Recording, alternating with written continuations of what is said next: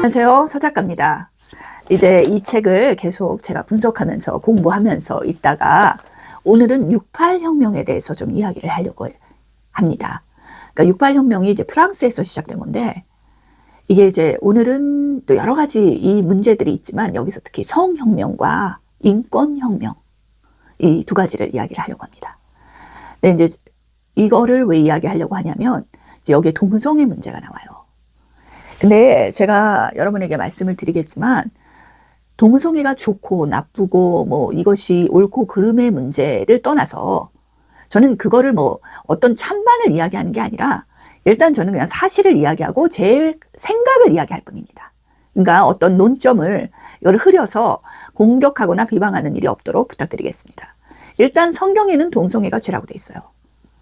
그리고 저는 동성애가 뭐 나쁘고 싫다 이런 거를 떠나서 저는 동성애가 인권의 문제가 아니라 선택, 사랑의 행위를 할 때 어떤 성과 하느냐의 선택의 문제라고 저는 생각을 해요.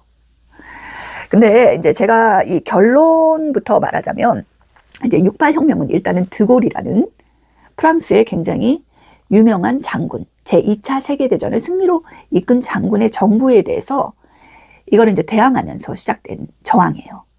근데 우리가 무언가를 저항하고 할 때 가장 빠져드는 문제점이 개혁이 아니라 저항이에요. 그러니까 완전히 뒤집어 엎자. 그러니까 여태까지 했던 어떤 기존 질서를 조금 더 다듬어서 그것을 우리가 좀 편하게 그리고 우리한테 맞게 이렇게 쓰자는 게 아니라 아예 뒤집어 엎자는 게 바로 혁명이에요. 자, 그런데 제가 아까도 말씀드렸지만 이 배경을 제가 공부하다 보니까 알게 된 건데 예전에 이제 프랑스가 인도 차이나를 점령을 해서 지배를 했잖아요. 그래서 여러분 되게 유명한 프랑스 여배우가 나오는 그 영화 있어요. 인도 차이나. 그 영화를 보면 거기는 이제 단면만 보여줬지만 굉장히 악랄합니다. 이 식민지를 지배하는 방식이. 근데 제2차 세계대전이 미국이 승리를 했어요. 그래서 이제 그 독일군의 점령하에서 프랑스가 자체적으로 승리한 게 아니고 미국이 승리함으로써 많은 나라들이 해방이 됐죠. 그러니까 프랑스에서 자존심을 확 긁힌 거예요. 이제 한마디로 그때 제가 말씀드렸듯이 커다란 아주 중심의 기득권을 가졌던 세력이 자존심을 확 긁히면서 자신들은 인도 차이나 있을 때 그 식민 지배하에 있을 때 그 식민주의 인권이라든지 이런 거에 대해서 이야기를 하지 않아 놓고서는 미국이 이제 그 인도 차이나의 대한 주도권을 갖게 된 거죠. 그러니까 거기서부터 인권에 대한 문제를 이제 이슈화시키기 시작합니다. 바로 그게 배경인 거예요. 그러니까 뭐 좋은 뜻으로 시작한 저항은 아니죠.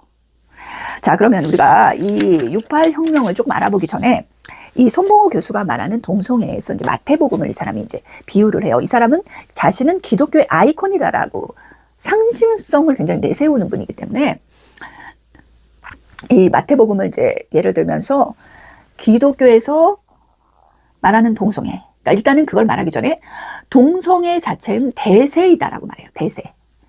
지금은 누구나 그것을 따를 수밖에 없는 대세. 그러면 일단 몇 %일까? 몰라요. 퍼센티지도 얘기 안 해. 나라별, 국가별 어떻게 하고 있는지 얘기 안 해. 근데 여러분 아프리카 인구 되게 많지 않나요? 근데 거기는 금지예요. 아프리카도 영어권이 있고 프랑스가 있잖아요. 그러면 이제 앙따르디라 그래요. 프랑스를 금지하다. 근데 대부분의 아프리카는 사용해요.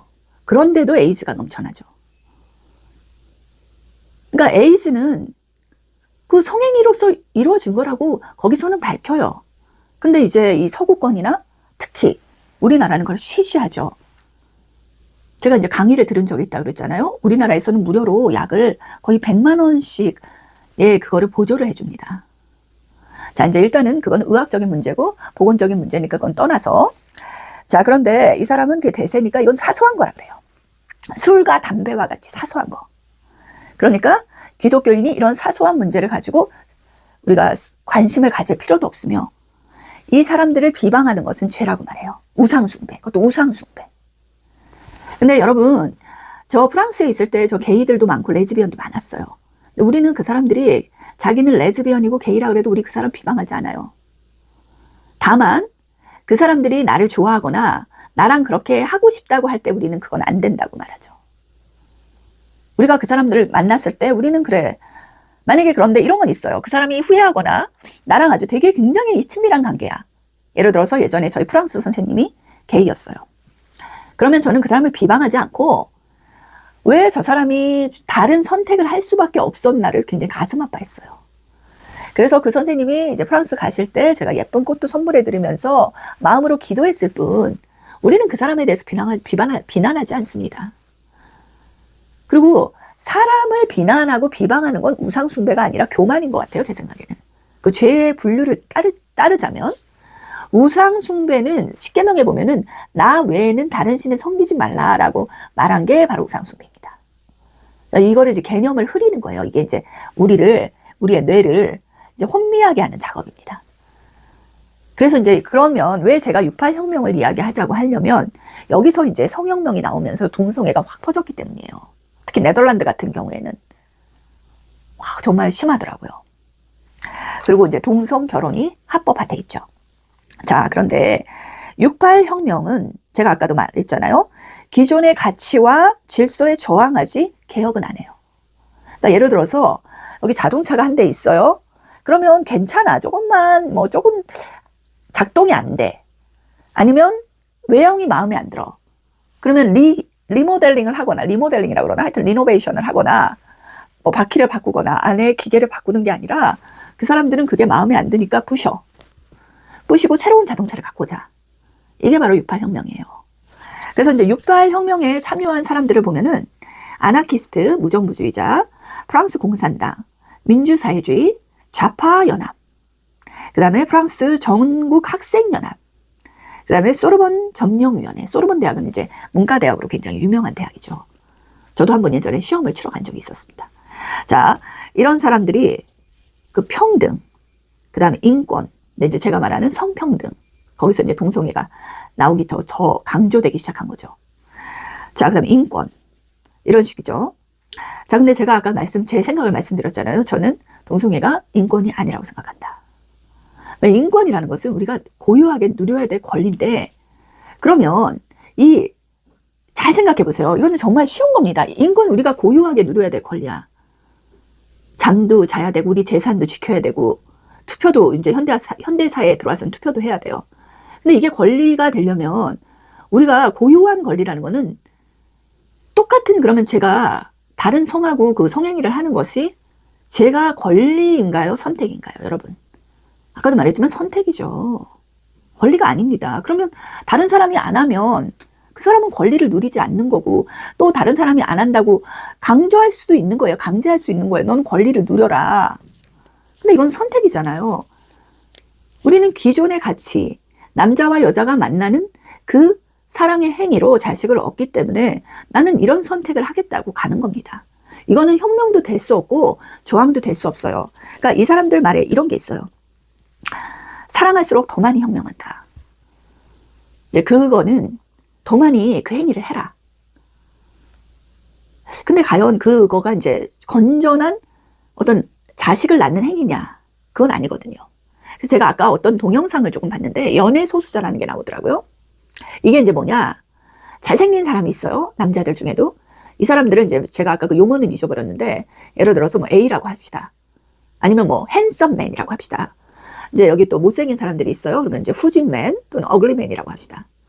근데 잘생긴 사람이 이제 뭐 거기서 말하는 용어가 되게 더럽더라고요. 근데 이제 제가 좋게 미화해서 말하면 예쁘고 좋은 아가씨들과 성관계를 그러니까 사랑 행위를 할 수 있는 어떤 기회가 더 많다. 근데 그건 불평등하다는 거야.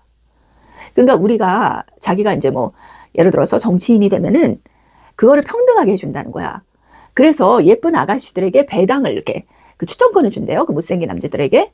그래서 그 추첨을 이렇게 해서 그 이쁜 아가씨가 추첨이 되면은 이제 같이 성행위를 할 수 있는 권리를 준다는 거예요.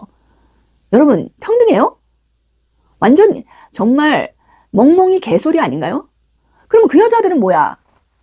내가 원하는 뭐 결혼을 할 수도 있고, 남자하고 뭐 둘이 연애를 할 수도 있고 은밀한 생활을 할 수도 있겠지. 근데 내가 원하는 남자하고 해야지. 내가 원치도 않은 남자하고 당첨이 돼가지고 그 남자하고 자야 돼? 그럼 그 여자에게 권리는 뭐야? 내가 누군가를 사랑할 수 있고, 내 몸을 지킬 수 있고, 내 재산을 지킬 수 있고, 죄송합니다. 아니, 그러면 내가 누군가를 사랑할 수 있고, 내 신체를 보호할 수 있는 그런 권리는 없는 거야? 그러면 그거는 뭐야? 공산주의 혁명에서 나오는 부인 공유제야? 부인도 아니야, 그거는. 그러면 그렇게 당첨이 될 때마다, 그러면 예쁜 아가씨들은 다 희생양이 돼야 되는 거야? 무슨 집단 창녀촌이에요? 그게 바로 68 혁명에 말하는 성평등입니다, 여러분. 그건 자기들의 선택으로 해야지 우리가 왜 그걸 강요당해야 되냐고요. 무서운 거죠. 그래서 여기는 또 이런 것도 있어요. 이거는 이제 제가 우스갯소리로 하는 건데, 더 많이 소비하라. 더 많이, 더 빨리 죽는데. 너무 많이 처먹으면은, 죄송한 말씀이지만, 너무 많이 먹으면, 결국 비만밖에 안 되고, 사람이 다 소화시킬 수도 없고, 또 너무 많이 소비하고, 카드 많이 긁으면, 카드비만 많이 나와요. 게다가, 이제 여기 이제 조금 다른 문제긴 한데, 아동학대도 들어가요. 물론 아동학대를 막는다는 거는 좋죠. 근데 그거를 그렇게 평등하게 하겠다고 하는 그 서구의 유럽에 있는 사람들이 동남아로 아동 성매매에 강강을 갑니다. 그러니까 이제 이 혁명이라는 게 너무 지금 우리 그때 예전에 뭐 리미에르, 프랑스 리미에르, 라이트 그 혁명과 너무나 닮아 있는데 여러분 동성애는 술과 담배 같은 게 아니에요.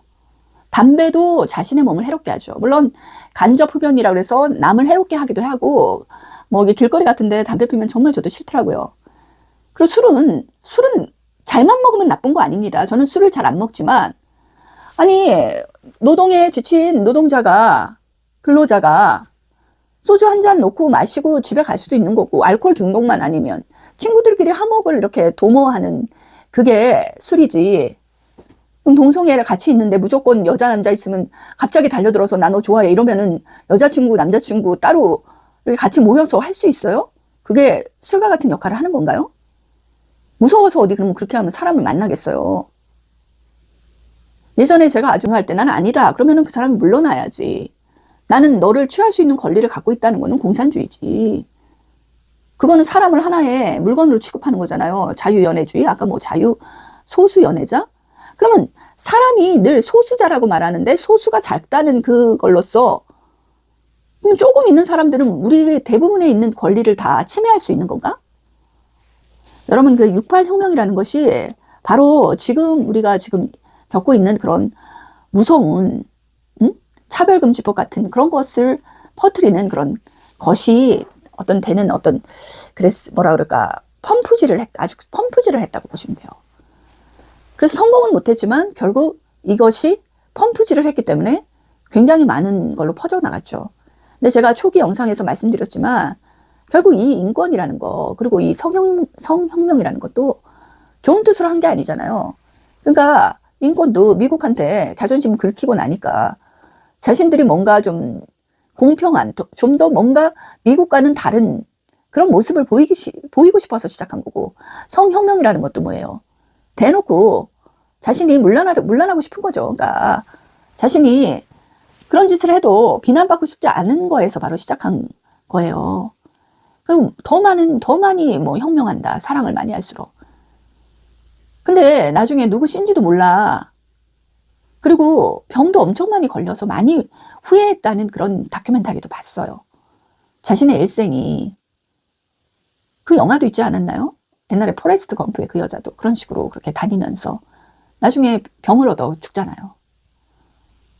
그러니까 이게 건전한 성생활이 건강을 하게 해주는 것이 무분별한 것이 결코 우리 인간을 건강하게 해주지를 못합니다. 그리고 또 한 가지 묻고 싶어요. 이 68혁명이 일어난 그 성혁명으로 인해서 화장실도 이제 중립 화장실을 만들더라고요. 성도 평등하게 해줘야 된다 그러면서.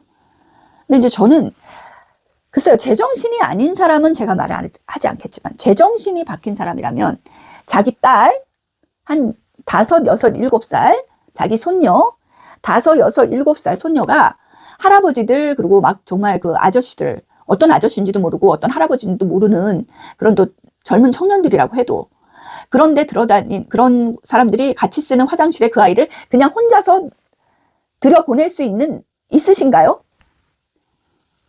걔가 그 어른들이 막 이쁘다고 막 그런 데 만지고 막 이러고 만져도 나는 괜찮아고도 우리는 평등하니까 그 사람은 원래 남자가 아니야 라고 말할 수 있으세요? 그러시다면 그 사람은 68혁명의 그 펌프질을 실천할 수 있는 사람이고, 제가 아무리 여자지만 저는 제가 남자라고 해도 제 딸이, 제 손녀가 그런 식으로 그런 사람들한테 막 애들 와서 더듬고 이쁘다 그러고 막 입 맞추고 그런 화장실에 그렇게 혼자 들일 수 없을 것 같아요, 저는. 그러니까 이제 오늘의 영상은 여기까지인데, 68혁명은 결코 68혁명에서 시작된 인권의 그런 모습은 동기가 그렇게 순수하지 못했다. 자신들이 정말 인권을 내세우려고 한 것이 아니라 미국에 대한 어떤 자존심이 긁힌 것에부터 시작됐고, 그런 프랑스도 인도 차이나에서 벌였던 그 무분별한 인권 탄압에 대해서는 한마디 말하지 않았다.